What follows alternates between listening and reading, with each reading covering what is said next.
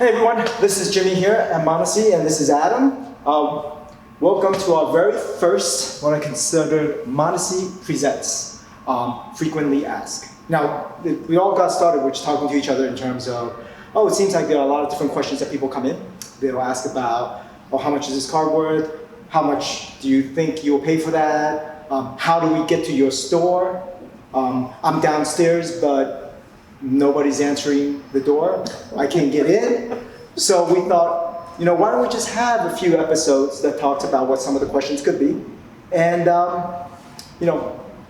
let many of you know what our typical answers would be, right? Again, I'm Jimmy Montasy at Montasy. I said Jimmy Montasy for a second there, and Montasy is not my last name, nor is it my first name. We did have people come in and say, hey, is Montasy in? But no. I'm Adam. My name also is not Montasy, but I would be willing to change it for the brand if that would help. That's something that we will think about. A relative of mine just went through a quick name change. It's really fast, so we could do that. And imagine Adam Montasy on your driver's license. That'll be phenomenal. Has a nice ring to it. Yeah, exactly. Now, before we start, just giving you a little bit about my background, and then Adam obviously will talk about him and how he got into this fun and exciting collectible business. So I've always been into comics. Started off, my very first book was Superman. Second book is probably Spider-Man. And then I moved from there into sports cards, into trading card game Magic. I've always liked toys, but I like those old school, like metal robot type of toys. I had an opportunity to be a part of Montasy a while back.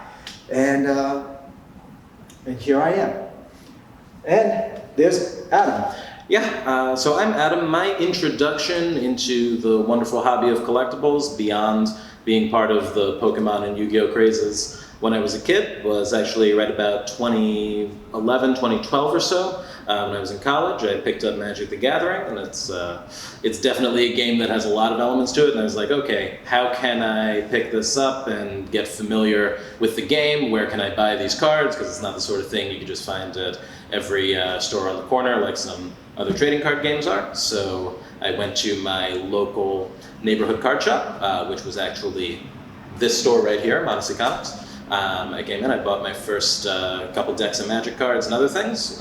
You were actually there, so that's... And I'm always surprised I was actually there. I remember seeing Adam coming in, and I think one of the first things that I noticed, and I still make fun of him today, is Inspector Gadget. Yes. He had that nice long raincoat, and I say Inspector Gadget versus some other, perceived guys with long coats. But that's how I remember. People came and played games and all that and so forth. I was like, oh, hey, pretty cool guy. Yeah, and then eventually, a couple years later, I had graduated from college a little bit earlier. I was working in a job I wasn't particularly interested in. And I figured, one day I spoke to a friend of mine while I was on lunch, and I was like, okay, I don't like doing this. What do I like? I like being around Montasy. Not even necessarily toys and collectibles, although those are fantastic, but specifically the Montasy community, the Montasy environment, the Montasy brand. Oh. That's something that I'd like to be more involved with and I'd like to be a part of, something I find a little bit more fulfilling. So I applied to give it a try. And I've been here ever since. So I think that at the very least speaks to the quality of the brand in the store, and there's always more work to do, and I'm looking forward to work like making this podcast right now. Yeah, and there's going to be plenty of questions that we try to address and all that and so forth. Today, one of the things that we're going to talk about is, I want to get back into trading card games. I want to start playing trading card games. You notice, lovely police sirens, but everything's perfect. It's the purpose of being on Fifth Avenue. Exactly. And with springtime, people start coming out, they want to get together, they want to have fun, they want to see each other and play. This is also a time where people start coming back in and playing trading card games such as Pokemon, Magic the Gathering, Yu-Gi-Oh, Dragon Ball Super, Flesh and Blood. I mean, I think in the last 2 years, there's must have been at least 3 or 4 more new games, if not more so, that has come on board. So, without further ado, we do have a lot of people that come in saying, hey, I either used to play, or that I've always wanted to play. How do I get more involved? How do I get started in playing this? And Adam, feel free to tell us, what do you usually tell people? So I think that if you're looking to pick up a card game, whether it's something that is new for the first time, that you're just handling, that you're curious about, or if you're a lapsed player coming back on board, and that's one of the benefits of card games is that there's a lot of stages of development that they go through. So sometimes people, they play, put things aside for a few years, and then they still have their old cards, they want to see what's new and pick things up again.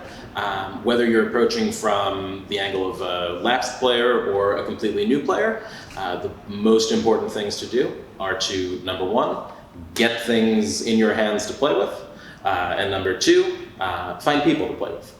I'd say for any time that you're going to be starting a game, anytime you're going to be picking something up, the most valuable thing that you can have isn't necessarily something with a high price tag, but something that is functionally playable right out of the box. All trading card game companies make pre-constructed products.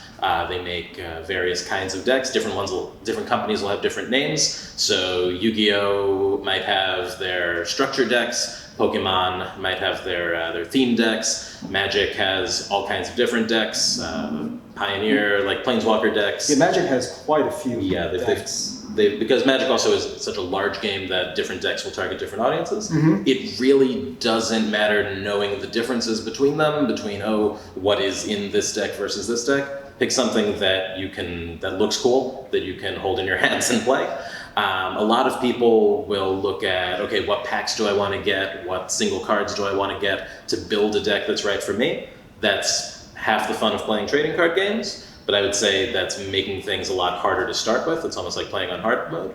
The way I describe it is it's like trying to learn a bicycle while building the bicycle from scratch. Building a bicycle from spare parts and riding it would be very rewarding, but it's not a good starting point. No, that's true. I mean, I think one of the things that you also alluded to, it's almost like, and this is one thing that I also tell people, right? Like you could buy an intro deck, and you could buy some packs, add on to it, right? So it's almost like, let's say you buy a basic run-of-the-mill bike, and then you could add different parts to it, so that you can see how you may enjoy certain things. And that's how I would also add in terms of, hey, if you really want packs, if you want to feel like you're opening a present on Christmas morning and all that and so forth, sure, buy a couple packs with it.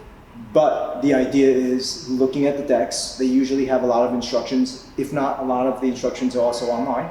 And that's something that you can also do. And different decks are readily available anywhere. Now, with that said, do you remember the first deck that you bought? So the first decks that I bought for Magic were two of the starter decks for the Return to Ravnica set. Okay. That was a set that had 5 different decks. Each deck was different themes that belonged to the set. So I got a Golgari deck and a Rakdos deck. What's Golgari and what's Rakdos? So Magic has different colors of cards that each represent different strategies and playstyles. The gimmick of the Ravnica set is that all of the themes are based on 2 color pairs. So Golgari is green and black, Rakdos is red and black, and there are also narrative theme elements that go with it as well. So I got 2 of those, and along with it I actually got, they used to call it a fat pack, now they call it a bundle, but that's a box of just 10 packs. Plus some other little goodies that come in it. So I had those decks to play with. I sat down with a friend of mine. We each started playing with those. And then we opened all those packs and we were like, okay, now we have cards that we could start trying to swap in, swap things out, see how things work. And I think that gets to a lot of what you were talking about as far as customization. And that's a good way to use a pre-constructed deck as a base and really build from there, and then learn how to put your own personality and your own cards into your... Yeah, I mean, and that absolutely makes sense. I mean, it's actually, surprisingly, when I play Magic, I don't think I ever bought a deck. I don't even remember how I started playing Magic. I just remember, oh, this is a pretty cool game, and let me see, when did the ones I had were from Urza Saga. I hope you still have those. No. Maybe we have some of the new ones somewhere, but yeah, from them, no. Urza Saga, the block, and I played it, and I remember even I think I did eventually have a deck, but it was more of, opening packs, this is cool looking cards. I love the thematic that happens with respect to Magic. So that's how I got into Magic, and then started playing and started building my own deck, and obviously didn't really win because I just built it for fun. Now, with that said though, like let's say if somebody aren't able to buy a deck, is there any other way for them to start? If they aren't If they're saying, there aren't any decks right now that I'm looking to buy, are there something online, or like whether it's Wizard, Yu-Gi-Oh, Pokemon, are there anything online that they could just get started on the game? Most companies have an online client that allows you to play either a version of the game or the full game. Some of those are even free to play to introduce people. One of the hard things, I shouldn't say hard, but one of the unique things about trading card games is that unlike a video game, even though you might have the same level of strategy, you might have the same level of quality design, you can't have a tutorial mode when you just have paper cards that you pulled out of the box. So one thing that you could look at is those kinds of online clients. Pokemon has one that you could download straight from your website. Magic has Arena, which they've been presenting recently. I think Konami recently came out with one for Yu-Gi-Oh! That a lot of people have started getting back into the game who I know who haven't played for years, because once you have the ability to play something from your laptop sitting in your own living room, the possibilities just begin to expand. And then eventually you start to say, I've got all these digital cards, they're so much fun, I need the real thing. So you can always look for those online. For smaller games, things like anything. My Hero Academia. That is a great example.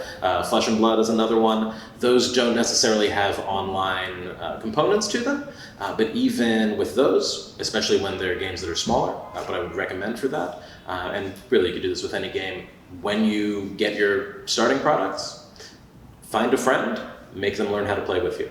That's the easiest way to learn how to play, is to rope someone else into it while you do it. They might have a new hobby for life. They might stick with it just for a little bit and then drift off into their own thing. But playing trading card games is a social activity.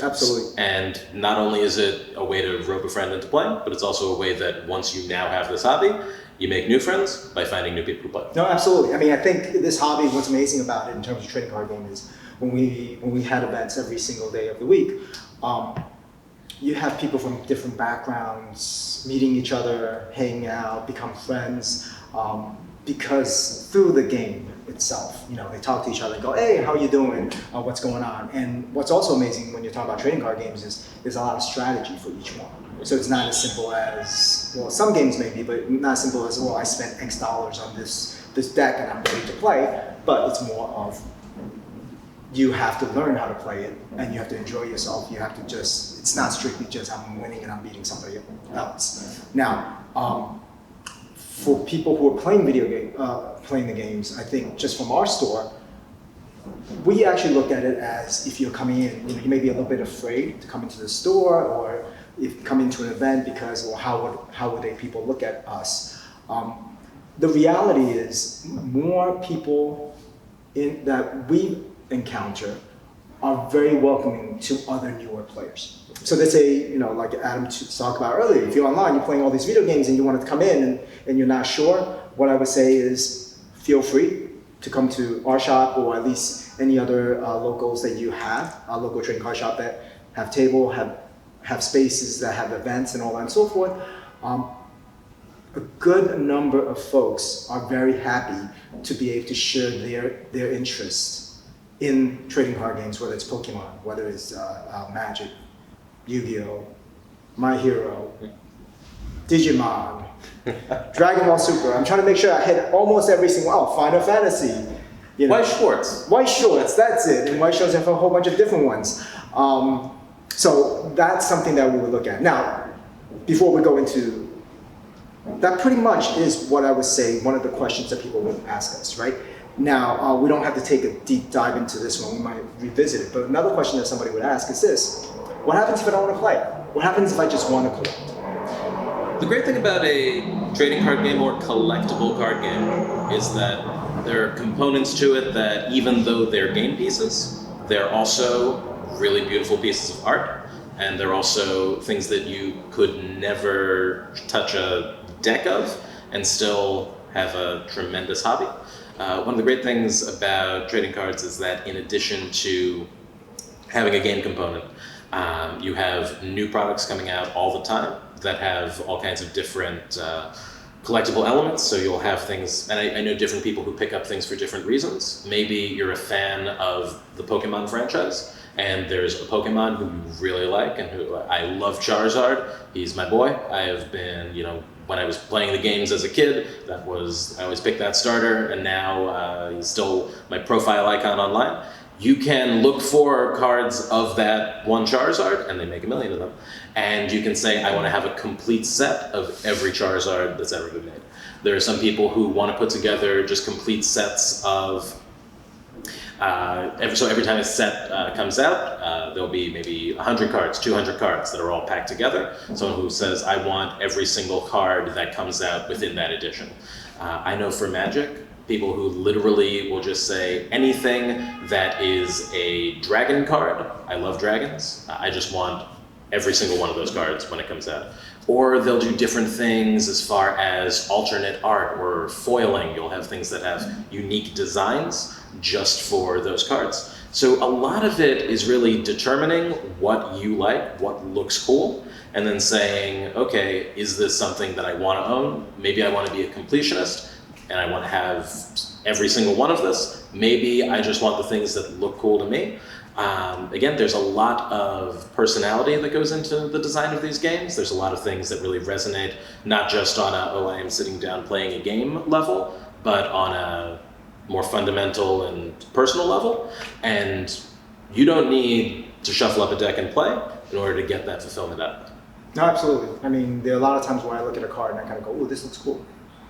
I like the shininess of it. Or, wow, the art's totally different. Or different language. Mm-hmm. Now, it really depends. And I think that's what this hobby allows people to be able to pick up stuff that they like. And obviously there's a lot more elements to it, whether it's value and all that and so forth, but that's something that we'll address in a different day. And I think that is we pretty much covered, how does somebody come in to get started on trading card games. There was one thing you mentioned that I would like to just expand on Sure, go ahead. Because I know you had alluded to events, mm-hmm. and I just want to make sure that folks are clear on how events work. So different card games will usually have some component of what we call organized play. So that means that local stores like us or anyone else who might be involved in the community who sells the product can also have, I don't want to use the term tournaments, even though that's usually what they are, because a tournament suggests something that's competitive. It's really an opportunity for people to come together and play the game. So stores will usually list on their website, so we have this event at this time. And that could be very casual, it could even just be open play, or it could be, we pair you for rounds and then you can get packs for playing. Mm-hmm. And that's an opportunity to, number one, meet people who play the game. And number two, really learn more about the game and how it's played. And most games will also have specific events at times that are meant specifically to introduce new players. So sometimes if you have an organized event that's a learn to play event, then you could get unique materials that you can use as an introductory part of the game. One thing that you really mentioned as far as the community, mm-hmm. It can be intimidating if you are playing with if you're playing with, let's say, people who you don't know, who are just meeting as part of this game. Yep.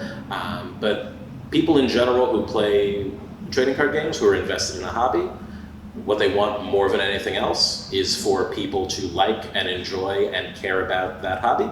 Mm-hmm. So I'd say any environment or any store that's worth its salt is going to have people who are interested in getting people on board and who are interested in sharing with you mm-hmm. the thing that they have so much love and dedication for.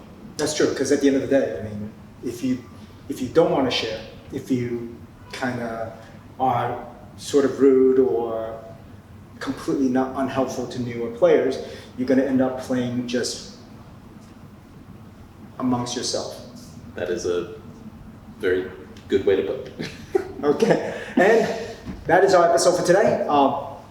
You're more than welcome to email us with any questions, and we'll add that in our future episodes. Right? And that's it. Have a good day.